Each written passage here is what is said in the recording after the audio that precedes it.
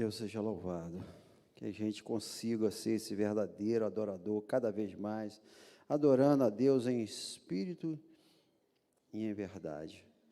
Nós estamos com um desafio no mês de julho, esse tema, reinar em vida. Esse tema foi extraído, é claro, do nosso tema geral do ano, que é sobre o reino, e o que Deus nos chama dentro desse princípio, também dentro desse princípio do reino, está lá em Romanos 5,17, que diz assim: porque que se pela ofensa de um só a morte reinou por esse, muito mais os que receberam a abundância da graça e o dom da justiça reinarão em vida por um só, Jesus Cristo. É com base nesse texto que nós vamos caminhar aqui durante o mês de julho, para a gente entender um pouco mais sobre essa proposta que a Bíblia nos chama para reinar em Cristo, reinar em vida por Cristo. Como é que a gente vai aprender isso? E nós estamos pegando alguns exemplos, ou melhor, nós estamos pegando os exemplos nesse mês de julho em cima da vida dos reis de Israel, os reis de Judá, para a gente entender um pouco como é que aqueles homens reinaram, né? E aí o que eles tiraram lá, o que eles nos passaram e nos passam ainda hoje como exemplo de um bom reinado, e até mesmo como exemplo de o que não fazer, como um reinado que não, dentro de um bom reinado. Nós vamos dar ênfase aqui, especificamente os reis que fizeram coisas boas, mas é claro que, por ser homens, mesmo os reis que fizeram coisas boas, eles tiveram na vida alguns percalços, como, por exemplo, o grande rei Davi, você conhece perfeitamente a história. Então, nós vamos dar ênfase nos reis que fizeram as coisas boas, mas, é claro, dentro da vida deles há alguma coisa que não foi tão legal. Então, eu queria hoje pensar com vocês aqui a vida do rei Asa. Não sei quantos aqui já pararam e meditaram na vida desse grande rei. Foi o terceiro rei de Judá, depois do reino dividido, e eu queria convidar a você a abrir a sua Bíblia. Nós vamos caminhar aqui na leitura do livro de Crônicas, segundo livro de Crônicas,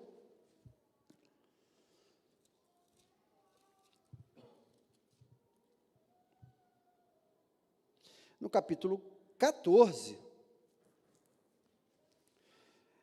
essa mesma história do rei Asas também está lá no primeiro livro de Reis, capítulo 15, mas nós vamos caminhar hoje aqui no livro de Crônicas, segundo livro de Crônicas, capítulo 14, de 1 a 6, primeiros versículos que nós vamos ler aqui hoje. E diz assim: Abias descansou com seus pais e foi sepultado na cidade de Davi. E em seu lugar reinou seu filho Asa, em cujos dias a terra esteve em paz 10 anos. Asa fez o que era bom e reto aos olhos do Senhor, seu Deus, porque aboliu os altares dos deuses estranhos, o culto dos altos, e quebrou as colunas e cortou os postes ídolos. Ordenou a Judá que buscasse ao Senhor, Deus dos seus pais, e que observasse a lei e o mandamento. Também aboliu de todas as cidades de Judá o culto nos altos e os altares de incenso, e houve paz no seu reinado. Edificou cidades fortificadas em Judá, pois havia paz na terra, e não houve guerra contra ele naqueles anos, porque o Senhor lhe dera repouso. Vamos pensar aqui alguns episódios da vida desse grande rei chamado Asa, mas eu queria a primeira coisa pensar nesse texto aqui que nós lemos. Vamos caminhar em alguns outros textos. Só para refrescar a sua memória, já que você é um aluno assíduo da Escola Bíblica Dominical, sabe perfeitamente que esse rei Asa, ele sucedeu, como acabamos de ler, Abias, o seu pai. Ele vem da linhagem de Davi, que é Davi, Salomão, Roboão, Abias e agora Asa. Então, ele caminha nessa descendência aí de Davi, e pegou um período um pouco complicado, Asa. Assim que ele assume o reinado, Judá não estava muito bem das pernas, espiritualmente falando. Nós vimos aqui que ele precisou quebrar poste ídolo, ele precisou abolir a idolatria dentro de Judá. Um povo que tecnicamente não deveria ter esse tipo de coisa. Mas ele herda isso de Abias, ele herda isso de Jeorão e herda isso de Salomão. Salomão, vocês lembram a história? Salomão se casa com aquelas mulheres lá e acaba introduzindo na história de Judá e de Israel, ali o reino ainda era unificado, esses tipos de culto. E aí, Asa herda tudo isso. Eu pensar com vocês, para reinar em vida, a proposta que nós precisamos pensar aqui, à luz desses grandes homens de Deus, Asa fez aquilo que era justo aos olhos de Deus. Você vê aqui na introdução do texto que nós acabamos de ler, ele recebe uma herança religiosa ruim. E aí, pode ser o caso de alguém que está aí, ou também mesmo aqui hoje, nem sempre nós vamos receber dos nossos pais e dos nossos antepassados, avós, não sei, algo muito positivo. Pode ser que pessoas aqui, ou que está aí nos ouvindo pela internet, cultuando aí pela internet, receberam heranças religiosas, no mínimo duvidosas, estranhas. Aqui Asa recebe tudo isso e ele dá um basta. Ele percebe que algo estava errado e dá um basta. Volta para a lei de Moisés, volta para os mandamentos do Senhor e volta a buscar a Deus. Eu queria trazer essa primeira aplicação desse texto que nós acabamos de ler, para a gente reinar em vida, meus irmãos, aprendendo as coisas boas com os reis de Israel, e aqui especificamente de Judá. Nós precisamos estar atentos. Primeira coisa, aquilo que nós herdamos da cultura em que nós vivemos, herdamos dos nossos familiares, herdamos da sociedade em que nós estamos inseridos. Parar e pensar o que pode representar esses postes ídolos e esses altares de deuses estranhos que precisam ser retirados do nosso meio. Asa toma um posicionamento radical, ele quebra tudo. Então, algumas pessoas deixam de reinar em vida, porque ainda continuam com uma aliança do passado e repetindo erros que os pais cometeram, e especificamente na vida espiritual. Não é porque seu pai e sua mãe faziam um determinado tipo de prática religiosa que você precisa necessariamente fazer. Voltar a buscar ao Senhor foi o que Asa fez. Muitas pessoas são criadas dentro de um lar em que não existe nenhum tipo de orientação religiosa. O pai nunca foi para a igreja, a mãe nunca foi para a igreja, nunca leu a Bíblia, nunca orou, e aí o filho vai e segue a mesma pegada. Asa rompeu com isso. Buscar ao Senhor. Ele aboliu os altares e quebrou os postes ídolos. Coisa tão basilar dentro da nossa vida espiritual. Postes ídolos, altares de adoração de deuses estrangeiros, coisas que entram na nossa vida, seja lá por qual motivo, e que nos colocam distante do Deus verdadeiro. A idolatria é algo que entra na nossa vida como uma espécie de Deus e fica no lugar de Deus, entrando ali entre você e Deus. Então, isso pode ser representado por tantas coisas. Precisamos romper com esses tipos de coisa. Eu queria destacar aqui que Asa começou muito bem o seu ministério, o seu reinado. Começou muito bem. Seria como você iniciaram um trabalho numa empresa. Imagina, você foi contratado agora, primeira semana de serviço, e chega lá com o maior pique, e aí trabalha, chega na hora certa, faz o que tem que ser feito, vamos supor que você tenha que limpar o chão, você limpa o chão, bota o chão brilhando, você tem que carimbar o documento, você carimba o documento rápido, você tem lá no quartel, tem que capinar um soldado, né? Vocês fazem isso, né? Soldado tem que capinar, capina, fica tudo. Então, ele começou bem, é o namorado que chega, que você conhece, aquela jovenzinha, ele é tão bonito, tão romântico, tão educado, ele começa bem. A nossa tendência humana é começar bem, de uma forma geral. Tem gente que já chega fazendo besteira, né? Mas a Asa não, a Asa ele acompanha essa tendência humana e começa bem o seu trabalho, começa bem o seu ministério, rompendo com tudo aquilo que não presta. A primeira coisa, para a gente começar bem no reino, a gente precisa romper com aquilo que não presta. O que não presta na sua história? O que precisa ser quebrado? Nós vimos domingo aqui, por exemplo, que Saul começou muito bem, mas você viu na história, você conhece a história como ele terminou mal. Nós vemos o próprio Salomão, o grande rei Salomão, começou muito bem, mas também terminou mal.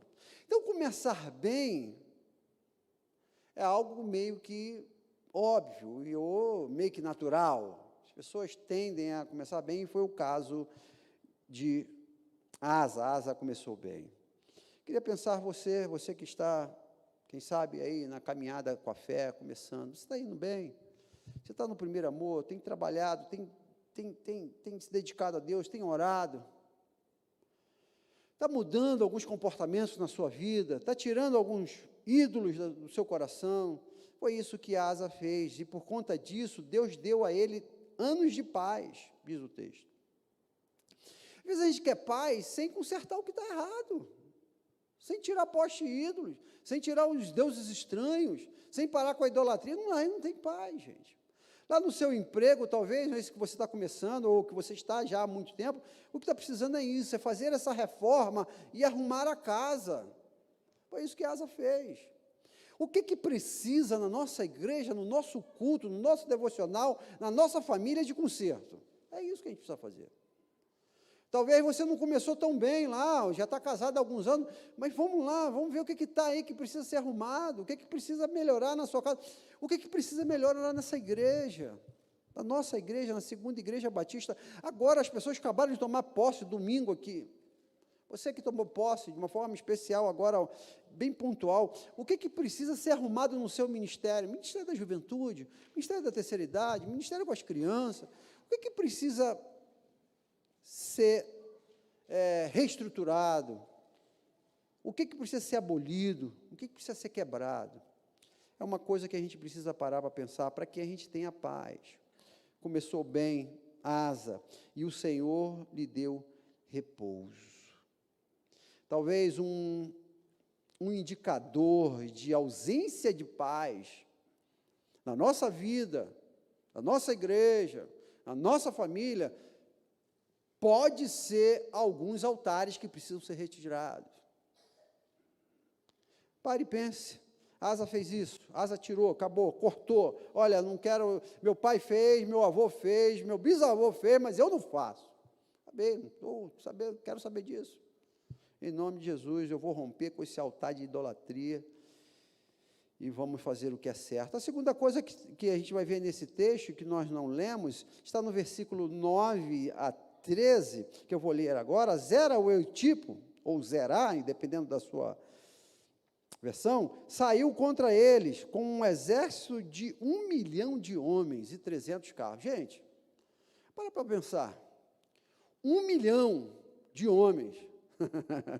Imagina, essa aqui é o maior contingente que a gente vai ver na Bíblia de soldados contrários. É isso que Asa está enfrentando aqui, 1 milhão, gente.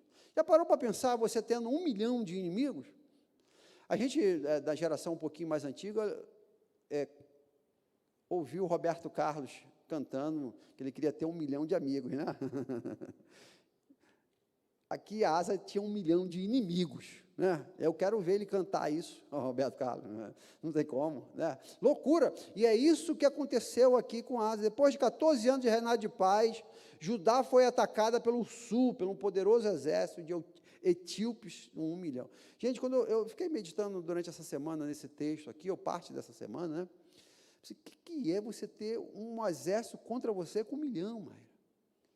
Sim, para pensar, assim, dentro de um mar de gente. Eu vi uma foto, um desenho, né, uma representação gráfica desse texto, olhava assim, era um mar de gente. E aí você olha do lado de cá, aquela turma toda lá quer te pegar. Olha que coisa interessante que a Bíblia nos ensina. E que se a gente parar e pensar e espiritualizar esse texto, o que é contra nós, os exércitos demoníacos, as hostes da maldade, é muito mais de 1 milhão, cara. Então, o que Asa faz aqui, que deve a gente ter como princípio forte e poderoso para a gente poder reinar em vida, é o que Asa faz aqui, que eu não li ainda. Então, Asa saiu contra eles e ordenaram a batalha no vale de Zefatá, perto de Meressá. Clamou Asa ao Senhor, o seu Deus, e disse: Senhor, além de ti, não há quem possa socorrer numa batalha entre o poderoso e o fraco. Olha aí que coisa linda. O que eu queria destacar aqui, 1 milhão, é um número expressivo, né? Mas diante de Deus, 1 milhão, nada. Olha que coisa linda, gente. 1 milhão. Que coisa poderosa, gente. Um texto mais forte, de maior número de gente contra uma pessoa, está aqui. E Asa orou. Asa não se desesperou, Asa não buscou, ele foi lá e orou ao Senhor, uma oração simples. Gente, talvez os grandes desafios que a gente tem na vida, eu vou usar talvez aqui, eu quero ser bonzinho contigo, basta você dobrar o seu joelho.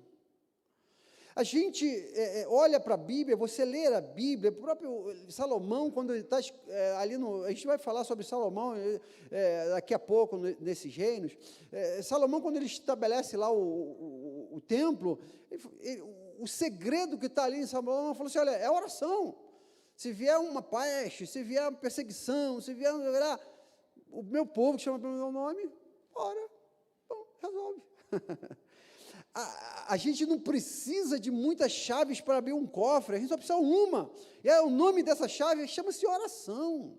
Mas o nosso povo, o povo de Deus, ainda não entendeu isso. E se entendeu, ainda não acredita. E se acredita, ainda não colocou em prática.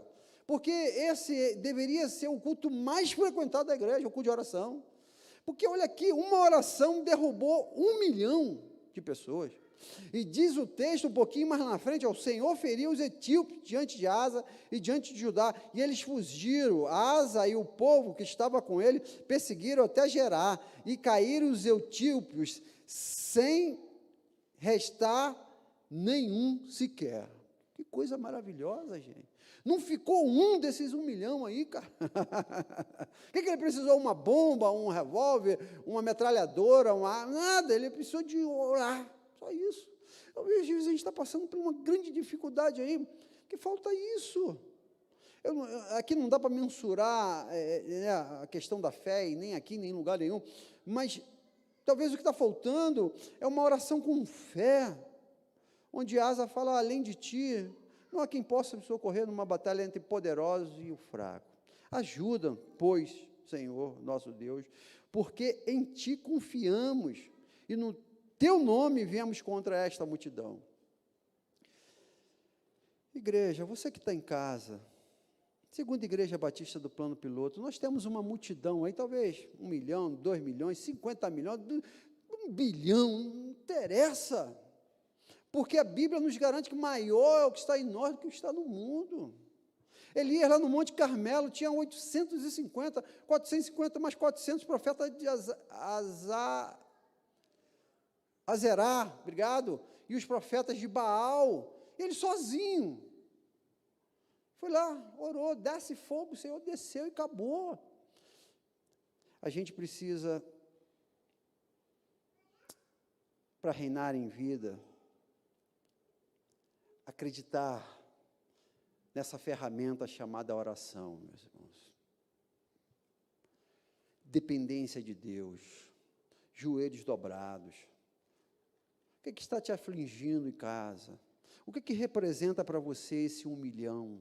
Algo assim, imensurável, insolúvel, algo que é impossível combater, é impossível você vencer. Faz isso aqui, ora, coloca diante de Deus. Orar é só para quem entende que você não consegue fazer sem Deus. É o que diz o texto. É daqueles que sabem que sem Deus é impossível. Diante das grandes guerras, das grandes batalhas, a gente precisa ter essa convicção, meus irmãos. E não somente guerras grandes, pequenas, em qualquer momento, nós precisamos colocar diante de Deus a nossa dependência e dizer para Ele: Deus, o Senhor pode me dar essa vitória. Josué, eu estava lendo aí essa semana, Josué capítulo 10, o cara orou, o sol parou.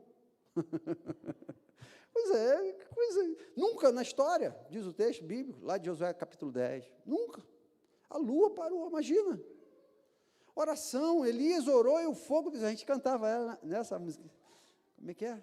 Se começarmos a orar, esse tempo treme, se começarmos a orar, salvaremos vida. Que coisa linda, né? Elias orou e o fogo desceu, dá glória a Deus. Josué orou e o sol parou. Aleluia. É o princípio da igreja multiplicadora, é um princípio da visão dessa igreja, é um princípio que precisa internalizar na nossa mente. Você que está em casa, você que é membro dessa igreja, a gente precisa acreditar nisso, de fato, e colocar diante de Deus a nossa dependência nele. Ore, depende de Deus, e você vai ver que não interessa quantos estão do lado de lá, não interessa. É preciso, para reinar em vida, nós vamos ver em 2 Crônicas, eu queria aqui fazer alguns destaques que, infelizmente, Asa, como um homem, como eu e você, que nem sempre oramos diante dos desafios, Asa faz isso um pouquinho mais lá na frente, 35 anos depois, diz assim o texto, capítulo 16, no 36º ano, 35 anos, Asa ficou de boa, no 36º ano do seu reinado, subiu Baasa, rei de Israel, contra Judá, e edificou Ramá, para que ninguém fosse permitido sair junto de Asa, o rei de Judá, nem chegar a ele. Então Asa tomou prata e ouro do tesouro da casa do Senhor, e os tesouros da casa do rei, e enviou a servo Ben-Hadad, ou Ben-Hadad, o rei da Síria, que habitava em Damasco, dizendo: haja aliança entre mim e ti. Olha aí que coisa louca. Esse camarada que confiou diante de Deus lá atrás, e que orou e Deus acabou com 1 milhão, agora quando vem uma outra batalha, isso lá na frente, 30 e poucos anos depois, ele esquece. Há uma amnésia, um lapso de memória na vida dos crentes, gente, que a gente às vezes esquece. Aí o que acontece? Em vez dele orar, como falamos agora há pouco, ele tenta fazer aliança, parcerias, convida, ele pega o dinheiro, os recursos, o tesouro do templo e aluga um exército, né? Faz parceria, uma aliança com um exército da Síria, com Ben-Hadad. Que loucura! A princípio deu certo. A batalha que vinha não veio, ele ficou tranquilo, de paz, mas o profeta chega para ele, e o profeta Hanani desce a madeira em cima de Asa. Fala: Asa, por que você fez isso? Né? Por que você fez aliança com Ben-Hadad? Por que você não procurou como fez outrora? E, gente, é impressionante como a Bíblia, ela traz esses profetas, esses reis, esses sacerdotes, esses juízes, para ilustrar exatamente o que nós somos. Tem batalhas que nós recorremos a Deus com uma facilidade tranquila, e vamos lá e tal, e Deus dá vitória, mas tem outras que a gente faz alianças com homens. Salmista capítulo 20, versos 13, não é verso 13. Deixa eu olhar aqui rapidinho, gente, que eu escrevi errado aqui. Salmo 20 não vai até isso tudo, até o 9. diz assim, verso 7, uns confiam em carro e outros em cavalo, nós, porém, nos gloriaremos em o nome do Senhor, nosso Deus. Asa parece que teve uma amnésia aí. Igreja do Senhor Jesus Cristo, por conta desse lapso de memória que Asa teve, ele resolveu dar um jeitinho e fazer alianças com homens, e o pior, aliança com o povo estrangeiro, aliança que o profeta Hanani veio e trouxe uma demonstração severa para o rei Asa. Lembrou a ele que ele tinha confiado outrora em Deus, mas agora fez aliança com homens.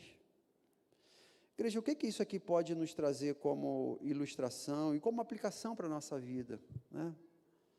Nós, cristãos, no século 21, já vimos Deus fazer tantas coisas e nos livrar de tantos milhões da vida. Às vezes nós esquecemos do poder de Deus, do que Ele pode fazer novamente. Asa, talvez no momento de desespero ali, se rendeu às circunstâncias e fez um compromisso com alguém que o ajudou de uma forma paliativa. Em nome de Jesus, nós precisamos parar e pensar o que pode representar esse Ben-Hadad na nossa vida, esse rei da Síria, esse auxílio que chega, mas que não é o auxílio de Deus, é algo que é temporário, é algo que é um paliativo, é algo que representa um mecanismo humano. Em nome de Jesus, não troque a sua confiança em Deus por homem nenhum. Esses dias eu ouvi, conversando com uma pessoa aqui da igreja, e ele falou assim, ele contando um testemunho, ele dizendo assim, pastor, deixa eu falar uma coisa, eu fui num culto de consagração de um pastor e eu vi lá que o pastor, quando pregava na consagração desse outro pastor, disse para esse pastor que estava sendo consagrado, pastor, você não vai depender de ninguém, porque o seu patrão é Deus, é Ele que comanda a sua vida, é Ele que te orienta, é Ele que supre as suas necessidades. Lindo isso, cara, perfeito. O detalhe é o seguinte, isso não é só pastor, cara. Todos nós dependemos de Deus. Não é. Pastor é isso? Ok. Mas as ovelhas também. Então, é essa compreensão que nós temos que ter, que nós dependemos de Deus sempre, totalmente, todo o tempo. Eu queria encerrar aqui com a último, perdoe a palavra, vacilo de Asa, e que ali foi o caixão para ele, foi um pá de cal, literalmente na vida de Asa, que está lá no capítulo 16, mesmo capítulo 16 que nós lemos agora, lá no finalzinho do 16, Asa, vamos ler aqui a partir do versículo 12, 16, 12, diz assim, no 39º do reinado de Asa, olha, Asa reinou 41 anos, né? No 39º, ele estava na beiradinha, estava terminando, dando tchau, apagado as luzes, né? Podia fechar ali bem, ali acabar, começou bem, podia terminar bem, ele termina mal, porque diz assim, versículo 12, no 39º do reinado de Asa, no seu reinado, caiu Asa doente dos pés, e a sua doença era em extremo grave. Contudo, na sua enfermidade, não recorreu ao Senhor, mas confiou nos médicos. Gente, isso aqui é forte demais, né? A Bíblia não fala para você não confiar em médico, não é isso que está dizendo aqui. A Bíblia está dizendo que ele não confiou no Senhor, não buscou o Senhor, mas preferiu buscar os médicos. E aí, gente, na nossa geração, onde a tecnologia subiu assim, de uma forma monstruosa, a medicina cresceu de uma maneira espantosa. Hoje você tem lá, você liga lá para o Golden Cross, tem Golden Cross ainda? Não, né? A Mil tem, né? Bradesco, e o helicóptero posa na tua casa ali, né? Pega você, bota numa maca, leva para o hospital, né? A galera que é prêmio aí, né? Não sei nem se é, é o Fusex, tá, o helicóptero, né?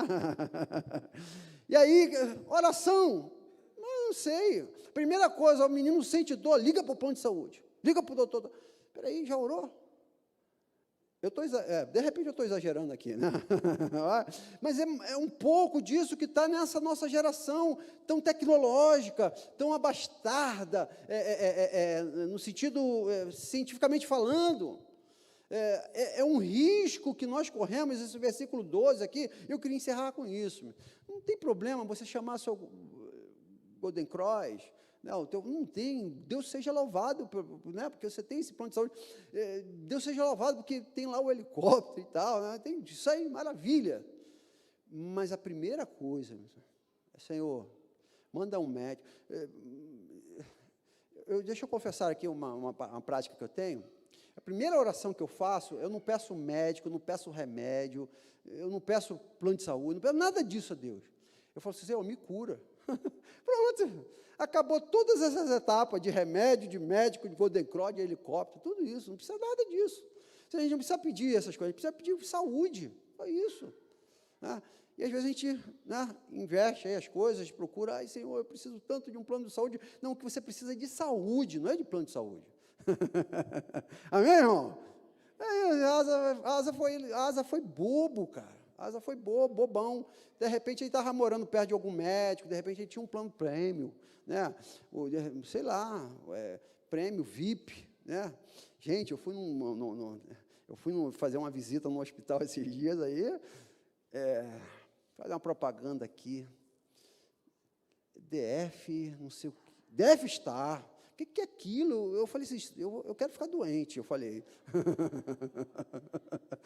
Brincadeira, Jesus. Só brincadeira. Gente, eu nunca vi aquilo. Deve estar aqui na Asa Sul. Vocês estão no hotel, cara. Hotel, assim, um negócio assim, fantástico. Não é um hotelzinho desse que a gente vai quando viaja, não, né? É um negócio assim, top. E aí você imagina, você tem lá o seu credencial, está lá, deve estar. Você vai orar, Senhor? Vai, claro que você vai orar, você é crente, né? Mas o que a Asa fez aqui, meus irmãos, foi confiar no deve estar. O que a Asa fez aqui foi confiar no médico lá, top de linha lá, e que, olha, meus irmãos, isso é muito perigoso para o nosso tempo. Queria encerrar a nossa reflexão para reinar em vida, confiar totalmente em Deus, e especificamente aqui no caso de Asa, a gente terminar bem. Começou bem, vamos terminar bem. É uma oração, meus irmãos, que eu peço muito a Deus para a minha vida, meu ministério aqui na Segunda Igreja Batista. Vou confessar aqui para os irmãos. Não estou pensando em sair não, viu, meus irmãos? Assim, só para abrir aqui, né, meu coração. Eu falo assim, Senhor, o dia que eu sair da Segunda Igreja, que eu saia bem. Né, que as pessoas me abracem naquela porta ali, né, e não vaza, né? E que ou saindo para outro ministério, ou aposentado, ou dentro de um caixão, seja lá o que for, que eu saia bem. E assim na vida de vocês, meus irmãos. E sair da hora que você for transferido, para agora, como o neto está saindo aí, a Ingrid, estão indo tão bem, uma família tão querida, vão deixar tanta saudade aqui nessa igreja. Mas tem gente que não sai assim, tem gente que não termina bem. Olha o que a Bíblia diz em Eclesiastes 7:8. Melhor é o fim das coisas do que o princípio delas. Você, de repente, não foi tão bem no início, como, por exemplo, o apóstolo Paulo. O apóstolo Paulo não foi bem no início. Pedrejou Estevão, estava lá no contexto ali com Estevão ali. Mas como é que aí terminou? Terminou super bem, combatiu o bom combate, né? Aquela coisa toda que você conhece. Tiago diz, em Tiago 1, 2, 4, diz assim: meus irmãos, considerem um motivo de grande alegria o fato de passarem por diversas provações, pois vocês sabem que a prova da sua fé produz perseverança, e a perseverança deve ter ação completa, a fim de que vocês sejam maduros e íntegros, sem que falte a vocês coisa alguma. Foi isso que Asa não perseverou, Asa não aguentou até o final, Asa, de repente, diante da confusão, a dor no pé, que foi o que veio ali, né? Sei lá, uma unha encravada, não sei o que deu em Asa, que ele resolveu esquecer de Deus e não perseverou diante do Senhor. Nós vamos ver homens e mulheres na Bíblia que começaram mal, como, por exemplo, Moisés. Moisés começou mal, matando um egípcio, terminou super bem. Nós vamos ver um grande exemplo na Bíblia de um camarada que a gente conhece pouco. A tradição chama o nome dele de Dimas, mas a Bíblia não tem esse nome. Alguém sabe dizer quem foi Dimas na tradição? Foi o ladrão da cruz. Olha ele, olha. Começou mal pra caramba, né? Barrando, ladrão, preso. No finalzinho ali ele acertou. Lembra-te de mim no paraíso. Resolveu, está no paraíso até agora. Está bem. Agora, o contrário é perigoso. Por isso que a gente deve perseverar, por isso que a gente tem que estar sempre atento, porque o inimigo das nossas almas está aí, pegar a nossa falta de fé, no momento de uma dor, de uma enfermidade, como aqui no caso do pé, você botar o seu coração na medicina e esquecer de Deus. E na hora de partir, na hora de fechar a tampa do caixão, você perder a bênção. A gente sabe que a salvação nossa está garantida, nós cremos nisso, né? Graças a Deus, mas cuidado com aquilo que você pode perder, né? Por conta de acreditar no homem e não em Deus. Vamos orar? Vamos encerrar. Hoje ficamos aí com Asa, esse grande homem de Deus, começou muito bem, não terminou tão bem assim, que a gente consiga, em nome de Jesus, começo, meio e fim, confiando em Deus. Você pode ficar de pé, nós vamos orar, e logo em seguida, a bênção. Deus, obrigado, Pai, pela Tua palavra, obrigado pelos exemplos que a Tua palavra nos ensina, nos traz, nos mostra.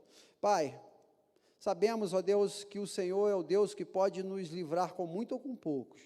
Sabemos que o Senhor tem todo o poder nos céus e na terra, ó Deus, para nos fazer vencer, triunfar, reinar em Cristo, ó Deus. Ajuda-nos, ó Deus, a confiar sempre no Senhor, seja, ó Deus, na saúde ou na doença, ó Deus, seja na tristeza ou na alegria, ou na pobreza ou na riqueza, sempre acreditar no Senhor, ó Deus, e nunca, jamais fazer aliança com homens em detrimento, ó Deus, da aliança contigo, ó Deus.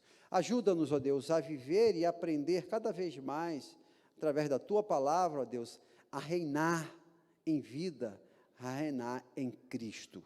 Nós te pedimos isso em nome de Jesus. Amém. Amém.